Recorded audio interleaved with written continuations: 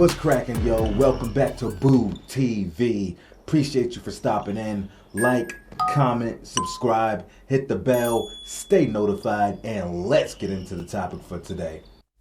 As promised, I said once I hit 1,000 subscribers, I would release my top 10 players of all time. And while I thought I didn't need to think about it much, as I started putting together these rankings, I found it to be extremely difficult and found myself moving players up and down. I tried my best to be completely unbiased as much as I possibly could and really try to weigh things from as many angles as I possibly could. I started finding myself in debates with players where I would say, well, I think this guy was clearly the better basketball player, but this guy was still a great player, not as good as this guy. But when you look at what he was able to accomplish in his career, this guy had a better career with better accolades. And I didn't want this to turn into a better player versus who had the better career, because I almost felt like I would be copping out of the greatest top 10 players of all time. So I had to try to find as much of a balance between purely what you are individually and the team's success. I always thought the debate for the greatest of all time, or even ranking 10 of the greatest players of all time, is always a very nuanced process. I don't think the answer is ever black and white. I just want to say that players have to get ranked, right? So while there may be a player that's high on the list, and there may be a player that's low on the list, it does not mean that there's a whole bunch of separation between player A and player B. The majority of the players on my top 10 list each have an argument to be the greatest of all time and to occupy that number one space. It really comes down to the details when parsing these players against each other. So as you can see, I'm not doing one video where I just go through all 10 players. I'm going to release a video for each player with their ranking and a explanation as to why I ranked this player where I did. And there's going to be a playlist specifically for that, and you can find the link to that playlist in the description of each of these videos. With that being said, let's get into the player for today. All right, continuing my top 10 players of all time, which has been stressful. And I just want to reiterate that the majority of the players that I will be listing from here on out, even the one previously, I think either one of these guys, I think most of them have a legitimate case for being the greatest of all time. And while I put somebody at 7th or 8th or 6th, doesn't mean there's that much separation between that person and the person that's number one on my list. So there's valid arguments for all of these guys to be GOATs, man. The majority of them. When I get to that guy where I was like, there's no way he's the GOAT, I'll let you know. So just to recap, all right, if you go back in our playlist for my top 10 of all time, you will see that number 10 was Shaquille O'Neal. Number 9 was Duncan Robinson, Tim Duncan. And number 8, Wilt Chamberlain. So if Wilt's number 8, you can probably guess, probably would have known, that number 7 would be none other than Bill Russell, Wilt Chamberlain's rival through their playing career. At 6'10" and 215 pounds, Bill Russell was drafted into the NBA out of San Francisco in 1956 in the first round with the second overall pick. Eventually made his way to the Celtics, even though he was drafted by the Hawks, but they made a deal, and after his commitment to Olympic basketball, Bill Russell found himself on the Boston Celtics as the starting center. From 1956 to 1969, he played for the Boston Celtics, and he was also a player coach with the Celtics as well as the Seattle Supersonics and the Sacramento Kings. Just a brief rundown of some of his accolades and awards, achievements. 11-time NBA champion, as we all know, 10 straight finals appearances, won 11 out of 12. 5-time NBA Most Valuable Player, 12-time NBA All-Star, including All-Star Game MVP once, 3-time All-NBA First Team, 8-time All-NBA Second Team, NBA All-Defensive First Team once, 4-time NBA Rebounding Champion, to name a few, okay? Bill Russell, for his career, has over 14,500 points, which sits him right at 15 points per game. Over 21,600 rebounds, which puts him at 22.5 rebounds per game. Let me add, he's the second all-time in NBA total rebounds and rebounds per game, only second to Wilt Chamberlain in both categories. And he's logged over 4,000 assists, well, exactly 4,100 assists in his career, for a little over 4 assists per game on his average. Now, blocks and steals were not recorded during Bill Russell's time as a player. But being the defensive monster that he was, you can imagine that his defensive numbers were off the chain. Now, there was a Boston Celtics, I think sports writers, maybe somebody in the organization, but he made it a responsibility of his to tally Bill Russell's blocks, and they weren't keeping track of them. And based on the information he provided, it is estimated that Bill Russell was getting roughly 8 rebounds per game throughout his career. 8 blocks per game, 8 blocks per game throughout the tenure of his career. Now, like I said in my Wilt Chamberlain video, if the criteria for my rankings were just solely individual player, just player, not talking championships, I don't give a goddamn about championships and team accolades and team play, just who is the individual player, better player, I think Wilt Chamberlain is better than Bill Russell. But for my criteria for this, I have to account for team success, and I understand there's a lot of different contexts and a lot of different variables that have to be considered. You know, not everybody's situation is the same, and it's just a nuanced argument. But I personally had to put Bill Russell, and it was hard. I went back and forth with both of these guys. I didn't know what to do. God damn it, it might have been a coin flip. It might have been a coin flip. It might have been. But, you know, the 11 championships were hard. Yeah, that weighs a lot, especially comparing these two players in their era. The 11 championships weighs a lot. And I understand back then there wasn't as many games played to get to the championship, to get to the finals, and there wasn't as many teams. But I can't control that. So I have to evaluate it the best way I can. And this guy dominated defensively and from a championship perspective. His defense was so goddamn good that it was damn near solely responsible for the success of the team moving forward.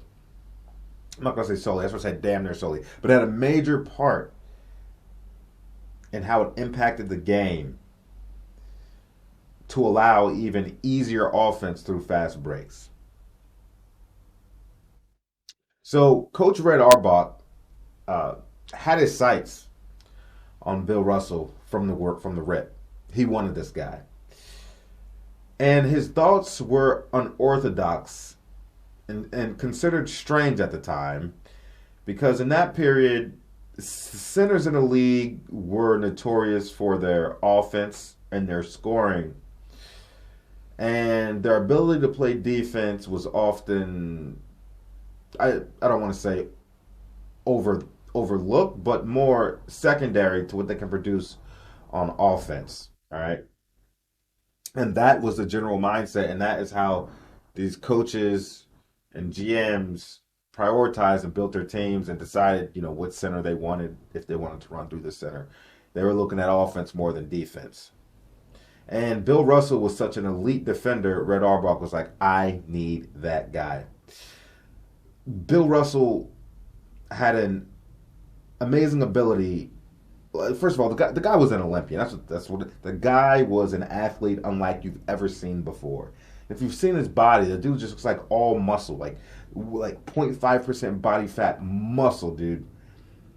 They say this guy could have been an Olympian in long jump, high jump, you name it, sprinting, all kinds of things. So this guy was a ridiculously superb athlete, and he had an amazing ability to anticipate opponent shots like Dennis Rodman used to do. I know Rodman came after him. I get all that, but I'm just saying, comparing the two. And he knew which way that ball was going to come off the rim. And you couple that with his 6'10" height and his superb athleticism and jumping ability, it was almost like a guarantee that Bill Russell was going to get that rebound every single time. And like I said, he was only second to Wilt Chamberlain.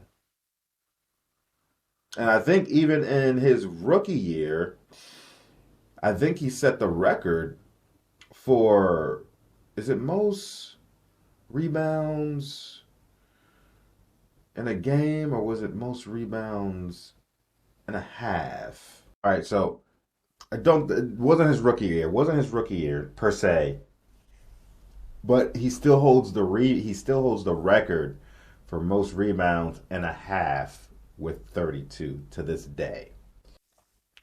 Because of his high basketball IQ and his amazing athletic abilities to cover the range of the floor through sheer length and speed and agility, it allowed the Boston Celtics to play a very special kind of defense. Now, I read up about this.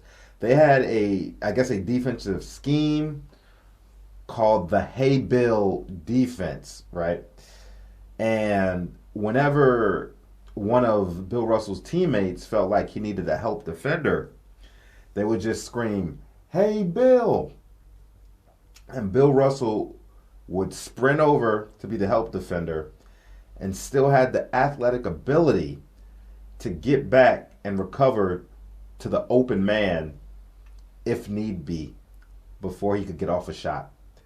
Absolutely incredible. I thought that was really cool when I read about that. "Hey Bill!" Whoop. Back. Crazy. Crazy. This skill also allowed the Celtics players to play their men extremely aggressively, because even if they were beaten, they always knew Bill Russell would be at the basket to contend the shot, regardless to where he was on the floor. And you can imagine how critical and imperative and dynamic that is for the team offensively and defensively, because if he does manage to get the block, he does manage to get the steal, with his athleticism, they were able, I was read this too, that Boston Celtics team had a lot of fast break opportunities solely based on Bill Russell's defensive abilities alone, creating those fast breaks and having a high basketball IQ to get the ball out ahead of the court. But he even had the athleticism to sprint up with the basketball if he had to. His defense contributed to so many easy baskets for the Boston Celtics, and I feel like that should not go unnoticed. Just a little cool fun fact. Because his shot blocking ability was so elite,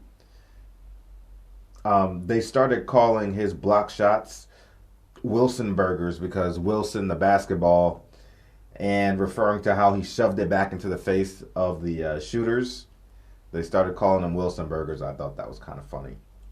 I read that in a little blurb. Offensively, you saw the numbers. His offensive numbers do not jump out at you. Was he as gifted as Wilt Chamberlain offensively? Absolutely not. No, he wasn't. Could he have been more offensively if he wanted to, despite not being as skilled as Wilt and as good as a scorer as Wilt? Yeah, he probably, if he wanted to, he could have averaged 20 to 25 points per game instead of, 15? But that's not what he was brought in there to do. And him personally, he wanted to commit most of his energy to the defensive end and just fit within the confines of the team offensively. I'm not saying that he could have been, 40 points per game, 50 points per game. No, his skill set, his skill set didn't warrant that kind of offensive output. But could he average another 10 points? Sure. No, absolutely. If he wanted to. But that wasn't his MO. It just wasn't. But not to say he had a lousy offensive game. And listen, like I said, obviously I wasn't alive. So this is just me reading, watching videos, trying to garner as much information as I can about Bill Russell to talk about him. Of course, given his rebounding, he was great at getting putback dunks, cleaning up the boards, putting the ball right back up in the basket. Very smart, like a high basketball IQ. A lot of times he'd keep the ball high when going back up. A lot of centers now, they come back low, so all the little guys are swiping. No, keep the ball high. Keep the ball high. And like I said, he can make amazing outlet passes to the guards for easy fast break points. That's major. He had a nice little left hook, baby hook, sometimes sky hook, but definitely had a nice little baby hook with the left hand that he'd go to. Bread and butter, you know what I mean? Excellent pick and roll setter. Would set great pick and rolls. And also a good passer. He didn't monopolize the ball like a lot of people do, so, he's not trying to get the assist. He's not trying to get the point. He just plays within the confines of the offense. But with that being said, the dude could really pass the basketball. Like most bigs, he was an abysmal free throw shooter at about 56%. And his field goal percentage wasn't the best either, sitting at about 44%. Not the best considering he was a center, though 6'10", still bigger than most players on the court during that time. But his field goal percentage could have been better. But to be fair, he didn't take a lot of shots either. So he didn't always have an ability to, find a rhythm like most scorers would have that ability to do. Moral of the story is he was never the focal point of the offense. If they really wanted to force it, they could have. But he wasn't, and he wasn't the scorer that Wilt was either. All right, but they focused on his defense, and look how it worked out for him. 11 NBA championships. I think that was the right call. Bill Russell also ranks number one in the history of the league for defensive win shares at 133.6, and I believe Tim Duncan is second. Another interesting fact is that there were seasons where Bill Russell got the MVP, but didn't make All-NBA first team, but instead made All-NBA second team because the voters were different. The players were voting for the MVP at the time. So you can see how much more he was valued between his competitors and his teammates, as opposed to the panel, whoever was voting at the time. I don't know if it was reporters, coaches, I don't know, for the All-NBA teams. But you can see how the opinions were very different between the players and the panel of voters for the All-NBA selections.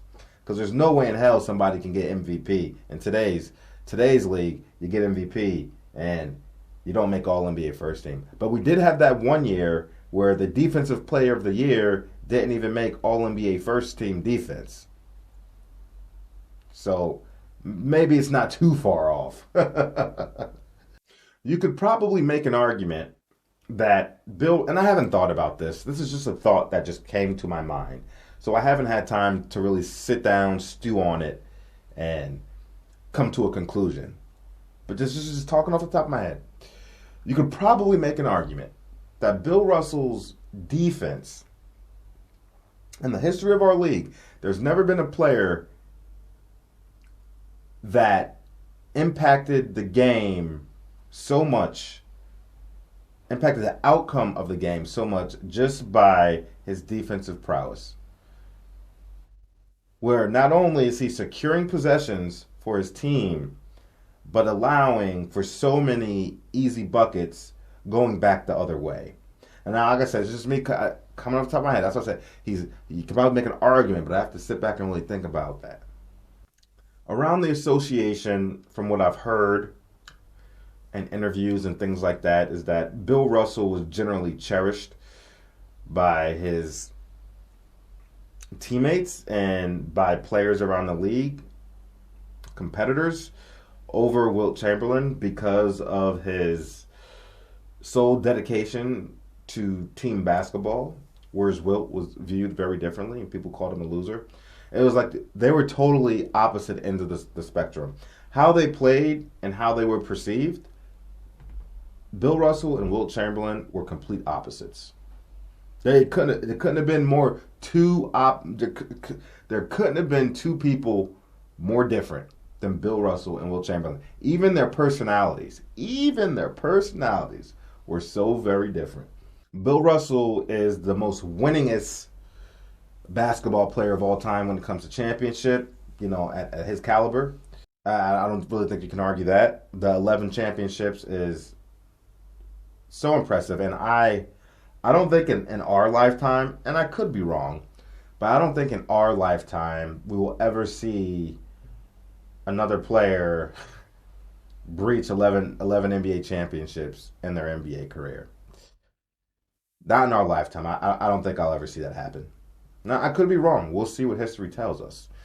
God willing, I'm able to live till a long age. We'll see. But with that being said, I don't think we'll ever see that happen again. But I do take into consideration, because now you're saying, hey, man, he had 11 NBA championships, an all-time great defensive player. He's got to be your GOAT. Or he's got to be your top five.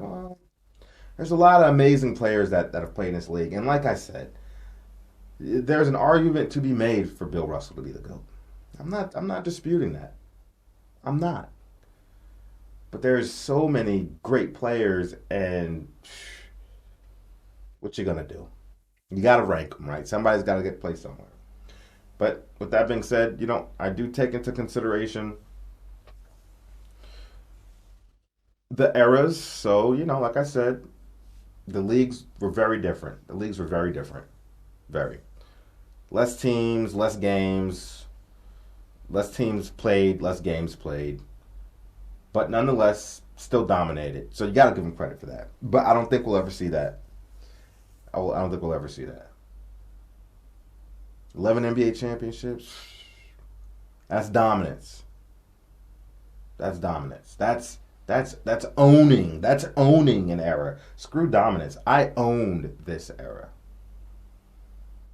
At least from a championship perspective.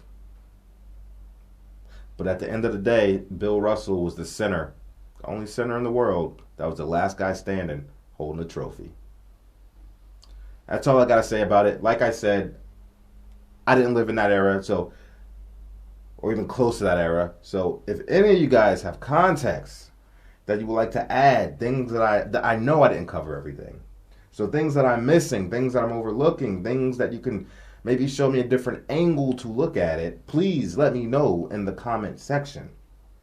I would love to hear your opinion. And I already know the Wilt Chamberlain fans are going to be furiously typing at the keyboard or furiously tapping at their screen. I know the Wilt fans are coming for me. Rightfully so. Anywho, that's all I got to say about it. Let me know what you think about it. Be on the lookout for the who's next? Number 6? Yeah. Be on the lookout for the number 6 player coming hopefully this week. Catch you on the next one. We out, baby.